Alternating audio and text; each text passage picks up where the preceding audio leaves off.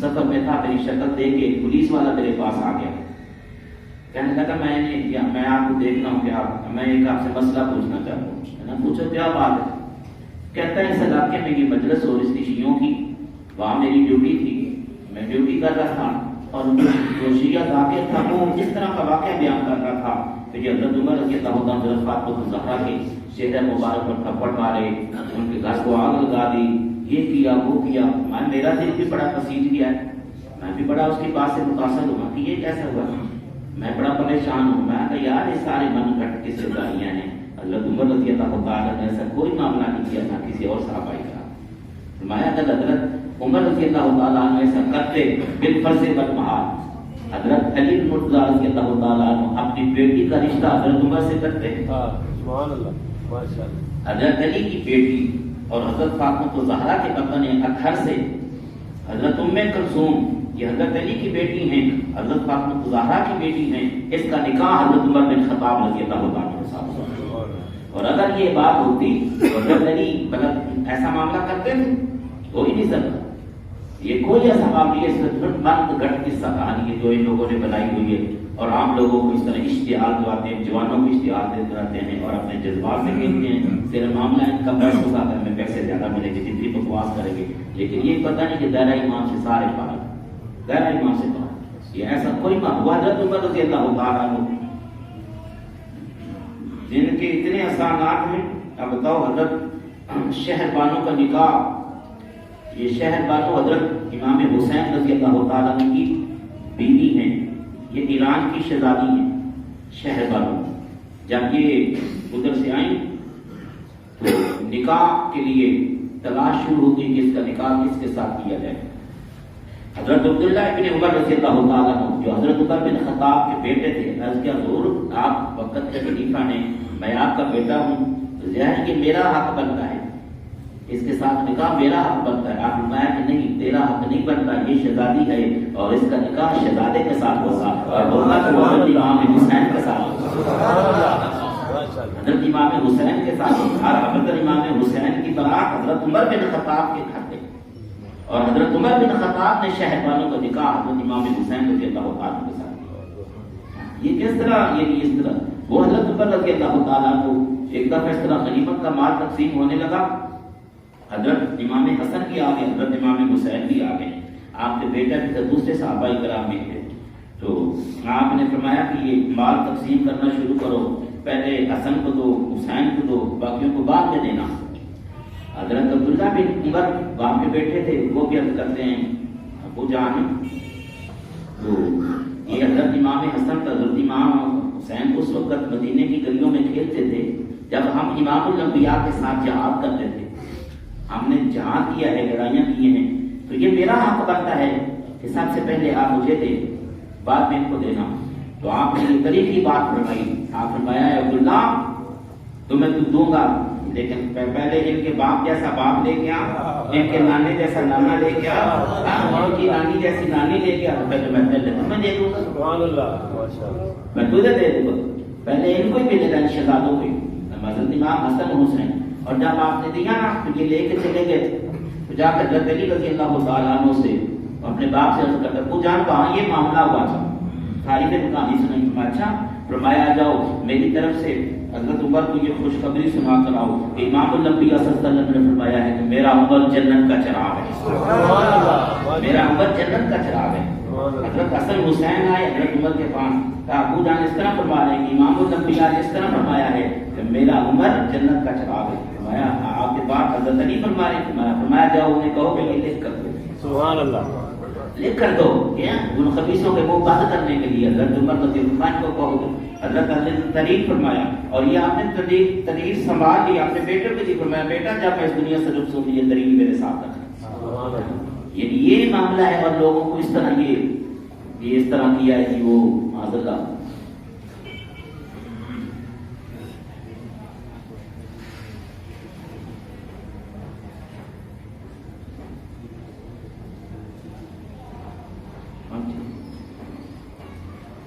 اس طرح حضرت یعنی حضرت سیدنا صدیق اکبر پر بھی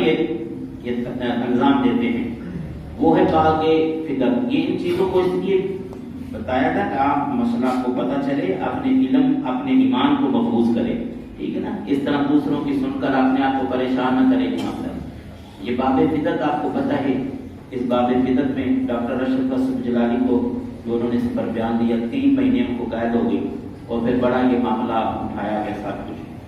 یہ باب بدعت الزام لگاتے ہیں کہ حضرت ابو بکر صدیق رضی اللہ تعالیٰ عنہ نے اس کو غصب کر لیا تھا، اس بات کو غصب کر لیا تھا،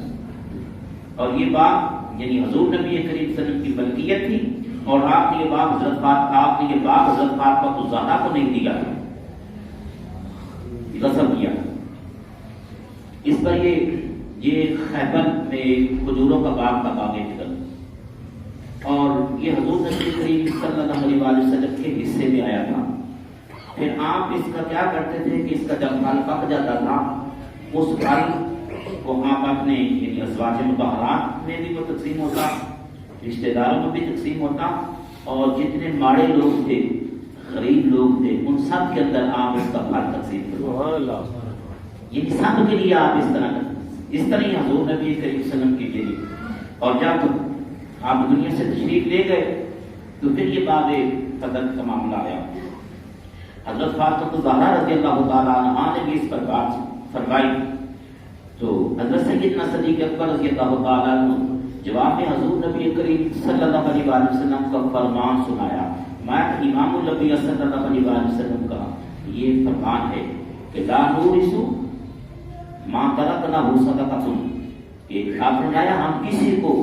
اپنا وارث نہیں بناتے، اور ہم جو چھوڑتے ہیں وہ صدقہ ہوتا ہے،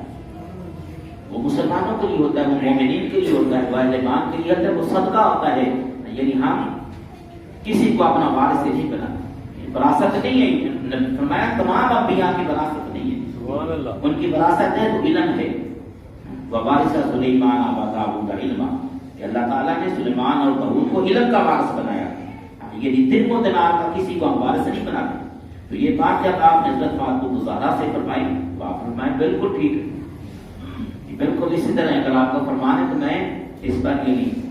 یقین کرتی ہوں۔ بلکہ جب حضرت فاطمہ الزہرا کا تشریف لے گئی تو پھر حضرت ابو بکر صدیق رضی اللہ تعالیٰ حضرت علی کو لے کر پھر آپ نے گھر گئے اور فرمایا پیارے علی تم میری بات کی تصدیق کرو، امام الانبیاء صلی اللہ علیہ وسلم نے یہ فرمایا۔ تو آپ فرمایا کہ بالکل امام الانبیاء صلی اللہ علیہ وسلم نے یہ فرمایا، میں تصدیق کرتا ہوں۔ فرمایا کہ ہم کسی درہم و دینار کا کسی کو وارث نہیں بناتے، جو ہم چھوڑتے ہیں وہ صدقہ ہوتا ہے، وہ صدقہ ہوتا ہے۔ تو یہ معاملہ تھا اس بات سے صدقہ کرنے کا، انہوں نے وہ اس کو کہا پھر وہ صدقہ دیا نہیں تھا۔ چلو حضرت ابو بکر صدیق رضی اللہ تعالیٰ عنہ نے نہیں دیا، لیکن جب حضرت علی مرتضیٰ رضی اللہ تعالیٰ عنہ خلیفہ بنے تھے پھر آپ نے کیوں نہیں اس کو دیا؟ پھر بھی نہیں دیا۔ حضرت امام حسن آئے پھر بھی نہیں، پھر بھی اسی طرح یہ چلتا رہا۔ تو یہ الزام ہے صحابہ کرام پر ان لوگوں کے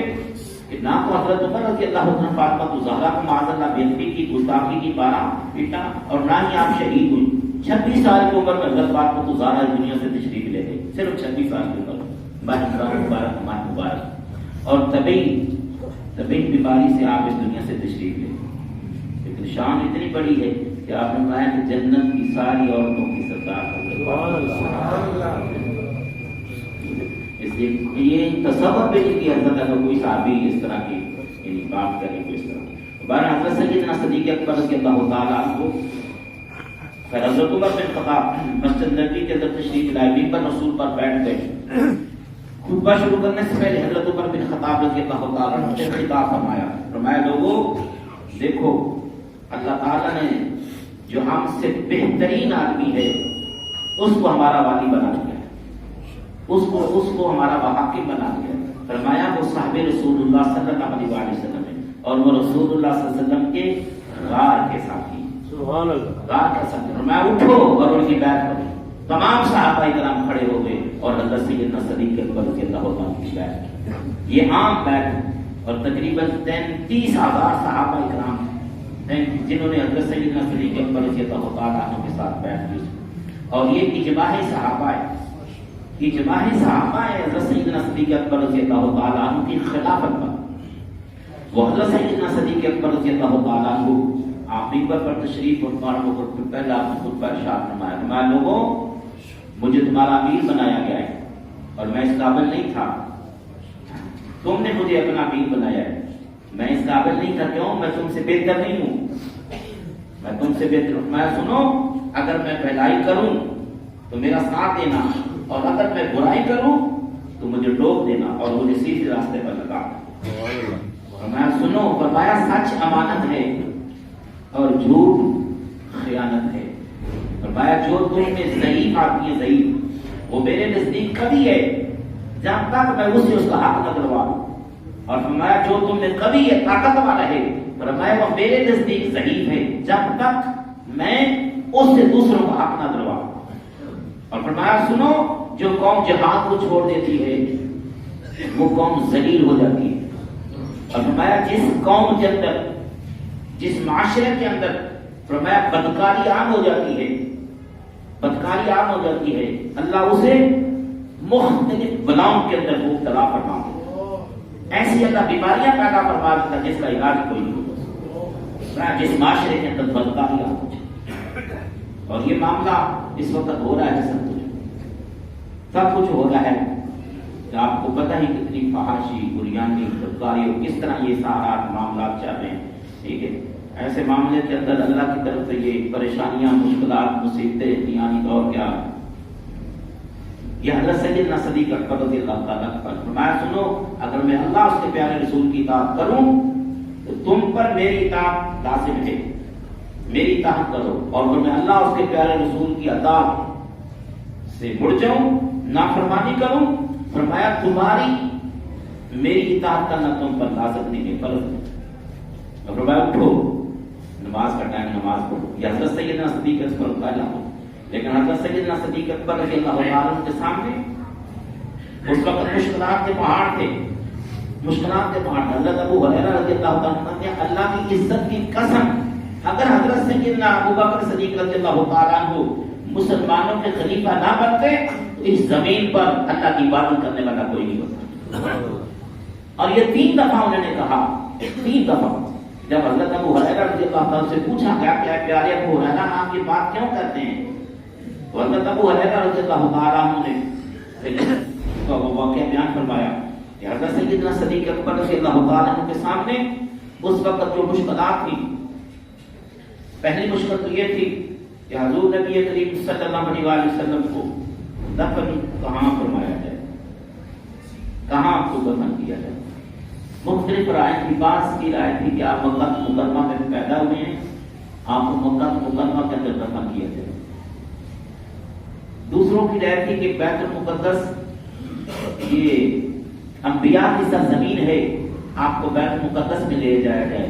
کیونکہ شام وہاں آپ کو دفن کیا جائے۔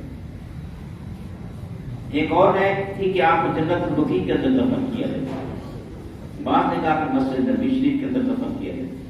مختلف رائے تھی۔ حضرت سیدنا صدیق اکبر رضی اللہ عنہ نے فرمایا میرے دوستو سنو، میں نے امام الانبیاء صلی اللہ علیہ وسلم کی زبان اقدس سے یہ بات سنی ہے، آپ فرمایا کہ کبھی جہاں وصال فرماتا ہے وہیں اس کو دفن کیا جائے۔ فرمایا آپ حضرت عائشہ صدیقہ رضی اللہ عنہ نے حجرہ مبارک میں دنیا پر تشریف لے گئے ہیں، آپ کو وہیں دفن کیا جائے۔ اور یہ فیصلہ حضرت سیدنا صدیق اکبر رضی اللہ تعالیٰ عنہ کی رائے پر ہوا۔ دوسرا معاملہ یہ لشکر کا تھا، اسامہ بن زید کے لشکر کا، یہ آپ نے روبیوں کے مقابلے میں یہ لشکر بھیجا تھا، ابھی یہ مدینہ شریف سے تھوڑے فاصلے پر ہی تھا کہ سونے محبوب کا وصال ہو گیا، یہ لشکر رک گیا۔ جب حضور نبی کریم صلی اللہ علیہ وسلم کے دفن مبارک سے سارے صحابہ کرام فارغ ہو گئے تو مشورہ ہوا کہ اس لشکر کا کیا کیا جائے، جو آپ نے نمائندہ فرمایا۔ اور اس وقت یعنی مانعین زکات پیدا ہو گئے، مدعیان جھوٹے ختم نبوت والے پیدا ہو گئے، کئی قبیلے مرتد ہو گئے، کئی کی نظریں مدینہ شریف کی ریاست پر لگی ہوئی تھی کہ اس ریاست کو ختم کر دیا جائے، یعنی اس طرح کی بے شمار وہ مصائب و علام حضرت سیدنا صدیق اکبر کے سامنے تھے۔ مشورہ ہوا کہ اس لشکر کو بھیجا جائے یا اس کو واپس بلا لیا جائے۔ خود حضرت اسامہ بن زید رضی اللہ تعالیٰ عنہ وہ بھی آ کر عرض کرتے ہیں آپ اے پیارے ابو بکر آپ مجھے اجازت دیں کہ میں واپس آ جاؤں، ہو سکتا ہے کہ میری مدینہ شریف کے اندر ضرورت پڑ جائے، اس لشکر کی اس کے اندر بڑے بڑے نامی گرامی کمانڈر حضرت خالد بن ولید جیسے، جسے میرے سونے محبوب نے سیف اللہ کی تلوار فرمایا، حضرت علی مرتضیٰ بھی میرے ساتھ ہیں، حضرت عمر بن خطاب بھی میرے ساتھ ہیں، حضرت عبیدہ بن جراح بھی میرے ساتھ ہیں، بڑے بڑے کمانڈر میرے ساتھ ہیں، تو کہیں یہ مدینہ شریف کے اندر ہماری ضرورت نہ پڑ جائے، اس طرح آپ ہمیں اجازت دے دیں کہ ہم واپس آ گئے۔ یہ حضرت اسامہ کی اپنی رائے تھی۔ آپ دیگر صحابہ کرام سے آپ پوچھ رہے ہیں کہ تم بھی مشورہ دو، سب کا یہی مشورہ تھا کہ اس لشکر کو واپس بلا لیا جائے، اس لشکر کو واپس بلا لیا جائے۔ اے حالات ایسے نہیں ہیں کہ یہود و نصارہ عیسائیوں سب کی نظریں مدینہ شریف کی ریاست پر لگی ہوئی ہیں، اگر یہ مدینہ خالی ہوگا تو اس کی حفاظت کون کروائے گا؟ اس پر حضرت سیدنا صدیق اکبر رضی اللہ تعالیٰ عنہ اپنا فیصلہ ارشاد فرمایا، سنو اے میرے دوستوں، میں نے تمہاری بھی بات سنی ہے، تمہارے بھی مشورے سنے اور میرا بھی مشورہ سنو۔ فرمایا اللہ کی عزت کی قسم، رسول اللہ صلی اللہ علیہ وآلہ وسلم کی ازواج مطہرات کے پاؤں اگر کتے گھسیٹ کر لے جائیں اور جانور میرے جسم پہ پرکھ چڑھا دے، کچھ بھی باقی نہ رہے، تو یہ لشکر جس کو نام الانبیاء نے روانہ کیا، یہ لشکر جائے گا، یہ لشکر جائے گا، یہ ایک نہیں رکے گا، جائے گا۔ مدینہ خالی ہوتا تو ہو جائے، مدینے پر حملہ ہوتا تو ہو جائے، لیکن یہ لشکر جائے گا۔ پھر دوستوں نے عرض کیا کہ حضور چلو ٹھیک ہے، لشکر جائے گا، لیکن یہ 17 سال کا نوجوان اسامہ بن زید، یہ کمانڈر، اس کو آپ تبدیل کر دیں، کوئی تجربہ کار، کوئی سینئر، کوئی بڑا کمانڈر، اس کو ہم مقرر کر دیں۔ تو آپ نے فرمایا تمہاری مائیں تمہیں روئیں، تم یہ کیا کہہ رہے ہو؟ تو میں اس کمانڈر کو بنا دوں جس کمانڈر کو میرے سونے محبوب نے بنایا، جس کے سر پر کمانڈری کا تاج امام الانبیاء نے رکھا ہو۔ ابو بکر کی کیا ضرورت ہے کہ اس کو ہٹا دے؟ فرمایا نہ کمانڈر ہٹاؤں گا، نہ اس کا لشکر روکوں گا، یہ لشکر بھی جائے گا اور حضرت اسامہ بن زید بھی اس کی کمانڈری کرے گا۔ پھر آپ آگے بڑھے، فرمایا اسامہ چل، تو میرے سونے محبوب کا بنایا ہوا کمانڈر ہے، گھوڑے پر سوار ہو، گھوڑے پر سوار کرایا، سارے لشکر کو تیار کرو، فرمایا سارے جائیں گے، سارے، اور خود آگے بڑھ کر مدینہ شریف کی گلیوں کے اندر آگے بڑھ کر اسامہ بن زید کے گھوڑے کی باگیں پکڑ لی اور ساتھ ساتھ چل رہے ہیں اور ساتھ ساتھ نصیحت بھی فرما رہے ہیں، اسامہ اس طرح کری، اس طرح کری، اس طرح۔ اسامہ عرض کرتا ہے حضور یہ تو بے ادبی گستاخی ہے، آپ ساتھ ساتھ دوڑ رہے ہیں، میں اوپر ہوں، یا تو آپ میرے ساتھ اوپر آ جائیں یا مجھے اجازت دے کہ میں نیچے اتر آؤں۔ فرمایا نہیں نہیں اسامہ، نہ تجھے نیچے اترنے کی اجازت ہے، نہ میں تیرے ساتھ بیٹھوں گا، بلکہ میرے سونے محبوب نے ارشاد فرمایا ہے جو بندہ مجاہد جہاد پر جاتا ہے اللہ ہر قدم کے بدلے اسے 700 نیکیاں عطا فرماتا ہے۔ فرمایا ہے اسامہ تو عام تو نہیں، مجھے تو میرے محبوب نے کمانڈر مقرر کیا، اس لیے میں تیرے گھوڑے کی باہ کو پکڑ کر ساتھ دوڑتا ہوں کہ اللہ مجھے بھی ہر قدم پر 700 نیکیاں۔ حضرت ابو ہریرہ فرماتے ہیں یہ وہ فیصلہ تھا، اگر حضرت ابو ہریرہ رضی اللہ، حضرت ابو بکر صدیق کمانڈر نہ بنتے تو یہ لشکر نہیں جانا تھا، اور یہ لشکر نہیں جانا تھا تو ظاہر کچھ نہیں بچا۔ فرمایا اللہ کی عزت کی قسم اس زمین پر خدا کی عبادت کرنے والا کوئی، لیکن حضرت ابو بکر صدیق نے اس لشکر کو روانہ کیا۔ جب یہ لشکر روانہ ہوا نا تو وہ قبیلے جو مرتد ہو گئے تھے، جو اقتدار کا ارادہ کیے بیٹھے تھے، جب انہوں نے دیکھا نا تو اس لشکر کی ہیبت اور بچھا کی کہتے ہیں اگر یہ مسلمان حضور نبی کریم صلی اللہ علیہ وسلم کی تشریف لے جانے کے بعد کمزور ہو گئے ہوتے نا تو یہ لشکر کبھی بلا کرتا، اس کا مطلب ہے کمزور نہیں ہوئے۔ اب ہمارے آپ دیکھو اس کا نتیجہ کیا نکلتا ہے، 20 دن یا 40 دن کامیاب ہو کر بھاگے ہو کر حضرت اسامہ بن زید مدینے کی 6 سرزمین کے بعد سارے صحابہ کرام پر جائے ابو بکر تیری بصیرت کو سلام، ہمارا کچھ فیصلہ تھا تیرا کچھ فیصلہ۔ وہ حضرت ابو بکر صدیق ایسے نہیں تھے، میرے سونے محبوب نے ارشاد فرمایا اللہ نے جو میرے سینے میں ڈالا تھا نا وہ سارا کا سارا میں نے ابو بکر کے سینے میں ڈالا، اس سے بڑھ کر اور کیا فضیلت۔ سبحان اللہ۔ یہ حضرت سیدنا صدیق اکبر رضی اللہ تعالیٰ عنہ۔ انشاءاللہ ایک وہ دوست کہہ رہا تھا کہ حکومت کی طرف سے آپ سارے دوستوں کے لیے میری وہ انہوں نے کہا ہے کہ فنڈ وہ ترکیہ کے لیے جہاں زلزلہ آیا ہے کافی لوگ مشکل کے اندر مبتلا ہیں، میں تو جو دوست بھی ان کی خدمت کرنا چاہے، اپنا تعاون کرنا چاہے، جس کے ساتھ کمشنر کے ساتھ کرنے رابطہ کر کے اپنا فنڈ جو کچھ بھی آپ نے ان کی مدد کر لی ہے ان تک پہنچا دے تاکہ وہ حکومتی سطح پر یہ ان کا بھی آپ کی مدد پہنچ جائے۔ دعا ہے کہ آپ سب کو کریں۔ Wow.